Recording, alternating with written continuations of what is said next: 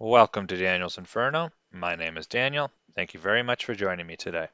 If you have a moment, please like, subscribe, share, join the conversation below. I'd love to hear from you. Seriously, I would love to hear your opinions on this. Everybody, please let me know your thoughts, how you feel, anything, everything, your experiences. I'm very interested to know. So, today we are going to be continuing uh, kind of a saga here in Canada. It started where a poor woman, Regis, was killed in very unfortunate circumstances that are still being investigated. And now, a couple days ago, we have this. An Indigenous woman was killed in Edmundston, New Brunswick, and by the police during a wellness check. The police say outside agency will investigate the officer's actions leading to Chantel Moore's death. So as you can see, Chantel Moore, beautiful young woman. It's a tragedy what happened to her. You know, our hearts go out to the families, our hearts go out to the loved ones of both her and the officer. I'm sure the officer is going through hell right now that he was involved in this even. And again, an investigation will hopefully provide us with the information on whether or not those feelings of remorse for the officer are well placed, or if, on my part, they were not well placed. So, this poor 26-year-old woman from BC was fatally shot by a police officer she allegedly threatened during a wellness check. The family say she had recently moved east from BC to live near her mother and daughter. It came at a time of heightened attention on police actions and practices in the US and Canada following the death of George Floyd in Minneapolis. I would just like to say quickly, um, I'm not minimizing George Floyd's death at all, but George Floyd's death happened under the care of the US police force. This is the Canadian police force. They are two different police forces. We are two different cultures. We are two different countries.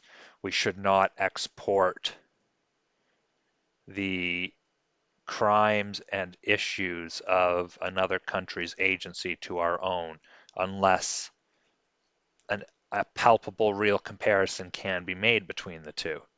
And if someone would like to make that argument, please go ahead. I'm not arguing against it or for it. I'm just simply saying I don't believe we should import the practices of one agency from one country to our own. So the police say an officer went downtown to an apartment building prompted by a call around 2:30. The great aunt told CBC News that a former boyfriend who lives in Toronto had asked police to check on her.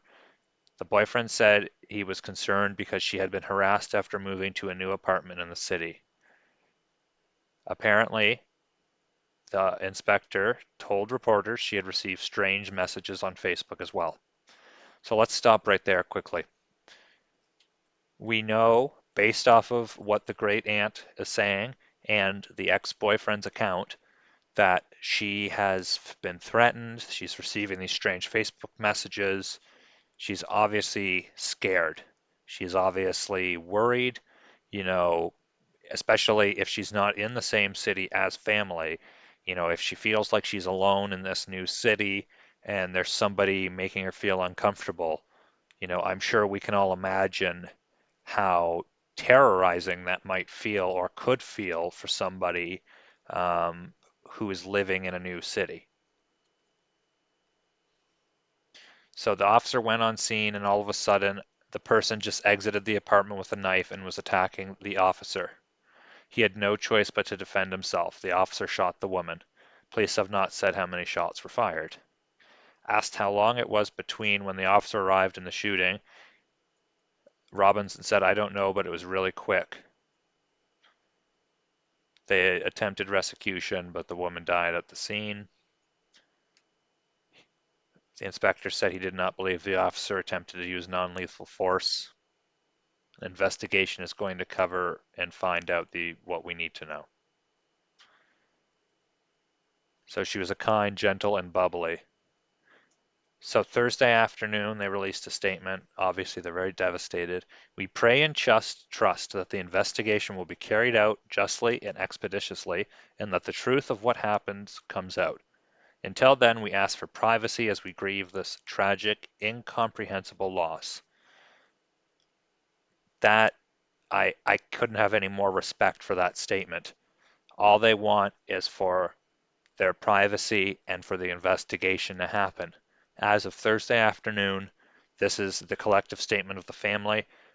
I have great, I'm honestly taken back by how well this statement is crafted and put out, given what has happened. The police have asked an independent agency to investigate whether the officer's actions comply with policing standards. They don't have an independent agency. However, Quebec's independent police watchdog BEI announced on Twitter it would handle the review and an autopsy is scheduled. So this article came out Thursday. All right, that's when when it all happened.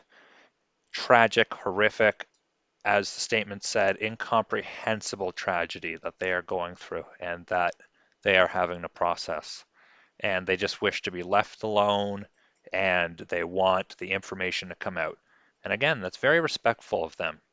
All they want is what any family who's going through a loss or a grieving process wants, and that's their space with their own loved ones so that they can try to process what's going on. And that's very normal. That's normal. Often during a grieving process, people will retreat into their family units to, try to deal with that together. Now, what more could there be from there? Well, unfortunately, the grandmother came out 2 days ago, which was, I guess, later in the day, and said that this was racially motivated, the grandmother of the woman shot by the New Brunswick police says. Now, I don't know why they would pivot on their statement. I don't know if the grandmother is acting out of accord with the rest of the family. I'm not sure. To me, at least, it seems like the grandmother is promulgating one idea and one narrative to the story, while the family, just like the rest of the family, wants the investigation to come out. Um, so, what is really important is what the grandmother said. Chantel was friendly, she was outgoing, she was well loved by the family and had numerous friends. Apparently, as soon as she had heard the news of Moore's passing, she felt that race was a factor. When I first heard about it, that was my first thought. This was racially motivated. We've been dealing with police brutality for a number of years. I know in my own family it's been going on for a long time. Martin said Moore moved to New Brunswick roughly 2 months ago to be closer to her 5-year-old daughter who is living with a relative in Edmundston. That's horrific that a 5-year-old is now without a mother, that this young woman could not flourish for the rest of her life and live out the rest of her life, and that this family is dealing with this loss. To me, it seems like the grandmother is inflaming the situation. I don't think that's right. I don't think it's right to make these claims that it's racially motivated. She can come out and say that she has had issues with police brutality. That's not that it's okay that she's dealt with that, but that's within her right to come out and say that she has dealt with that. That's her own experience. No one would ever silence her. No one could ever take that away from her. And if that's the case, it's horrific. I'm not going to sit here and say the police are perfect. The police are supposed to be trained. They're supposed to be, I know they're normal people, but they do have training and there is an expectation that they are going to react in a manner that will try to subdue before taking out with lethal force. And at least it's seeming like in a lot of these situations recently, that's not the case. And I know that it's a much larger issue at the moment because of the cases in the United States.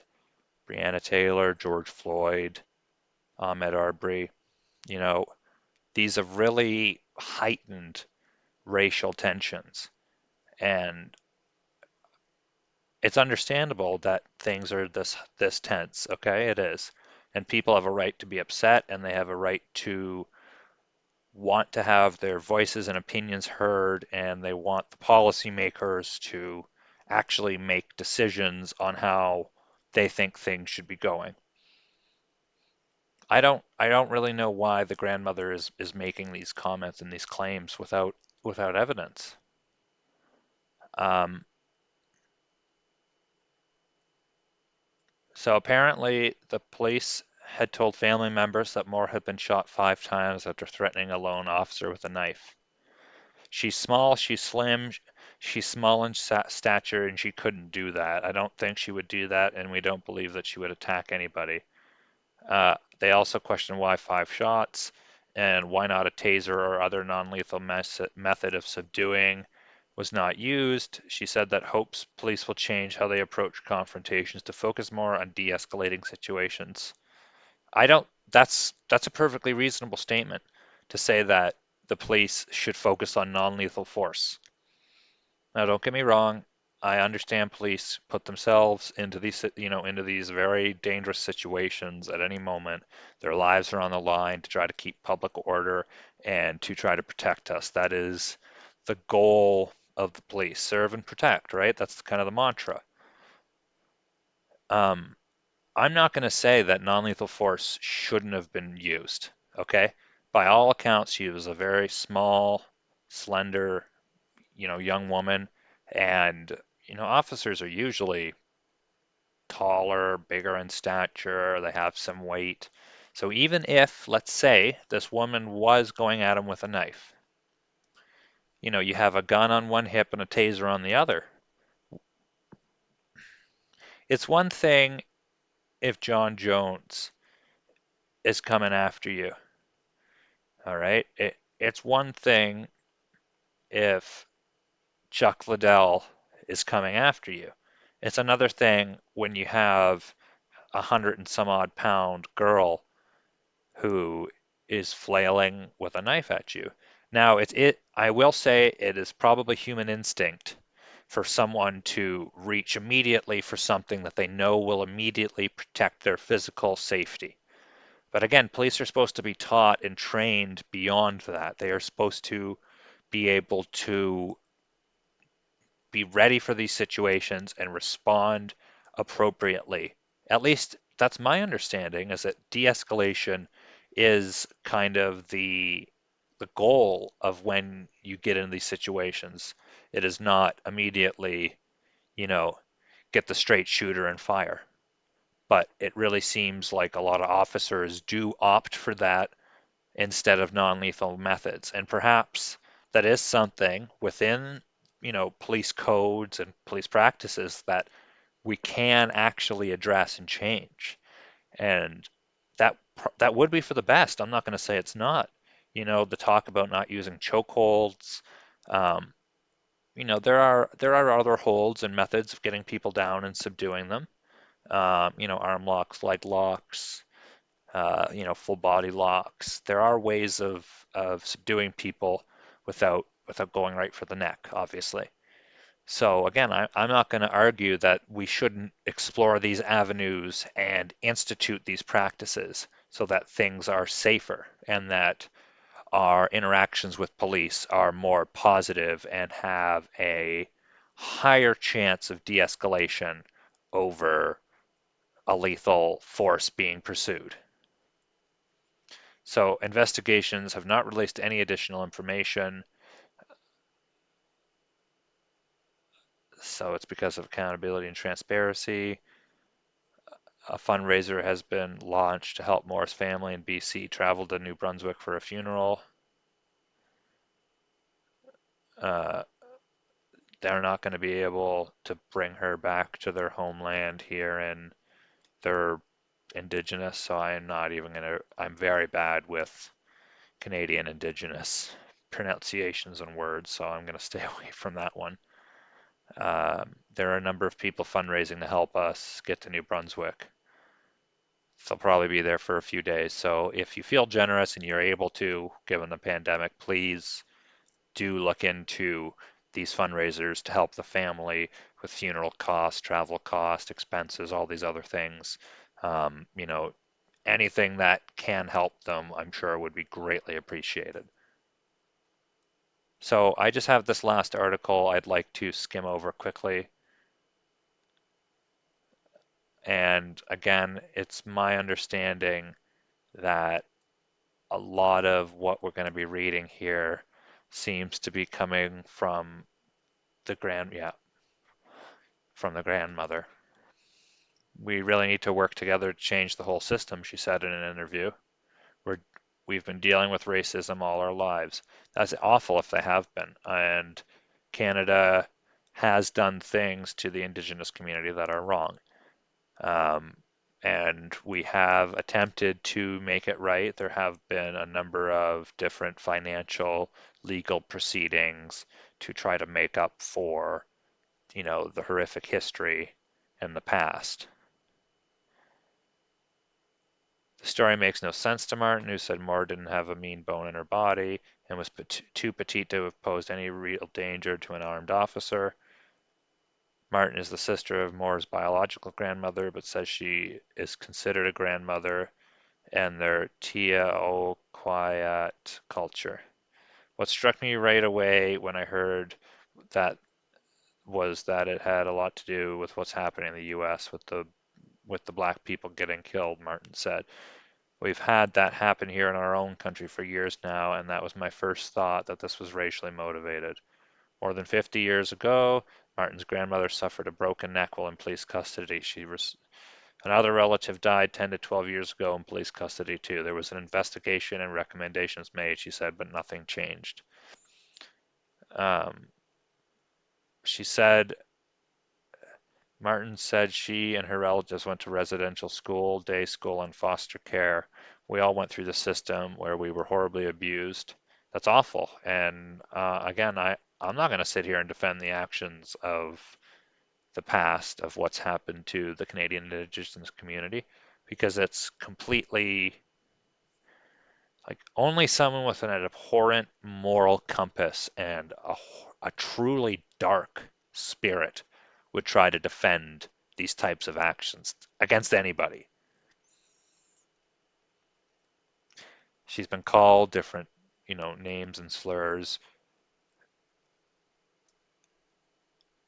To me, there is not evidence that this young woman's passing was racially motivated.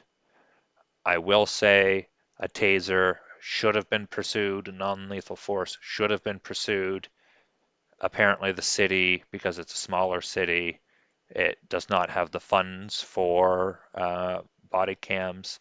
Perhaps that's something that should be addressed as well. For me, I I really need to see the evidence. Unless this guy had a journal where he's writing all this racist obscenities about how he's going to go out and find Canadian Indigenous people and do X, Y, or Z to them, unless he has rants online, social media posts, evidence that shows me that there is intent behind the claim that it was racially motivated. Um, and I mean, we can speculate, obviously, but I think given the situation, even the speculation right now is probably the wrong route to go. And the original statement by the family, where we want to just be left alone and let the investigation come out. That was, that seems to be how the family is handling it. And it seems to be this lone individual who is inflaming the situation beyond perhaps what is merited. Regardless, it was horrible. It was tragic, and I wish it hadn't happened. We all wish it hadn't happened. And hopefully the investigation shows what the case was.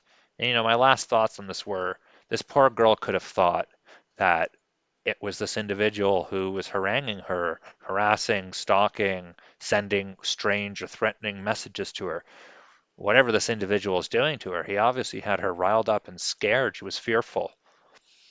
When people are fearful, we take actions that are not logical. We fight or flight kicks in, and it is very instinctual. And for all we know, that's the case of what happened. Maybe it was true that she was going after the police officer with a knife, but maybe that was because of what had happened with these messages and whoever was making her feel uncomfortable. Please let me know what you think down in the comments.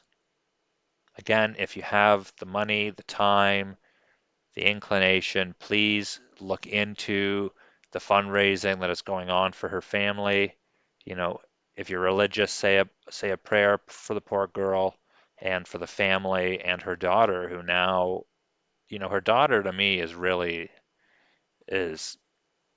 her daughter and her are the biggest victims out of all of this because her life was snuffed out so prematurely, and now this poor young woman, this poor young girl doesn't have a mother, and it's tragic, it's horrific. But as I said, let me know what you think down in the comments. Thanks for watching. I'm Daniel's Inferno.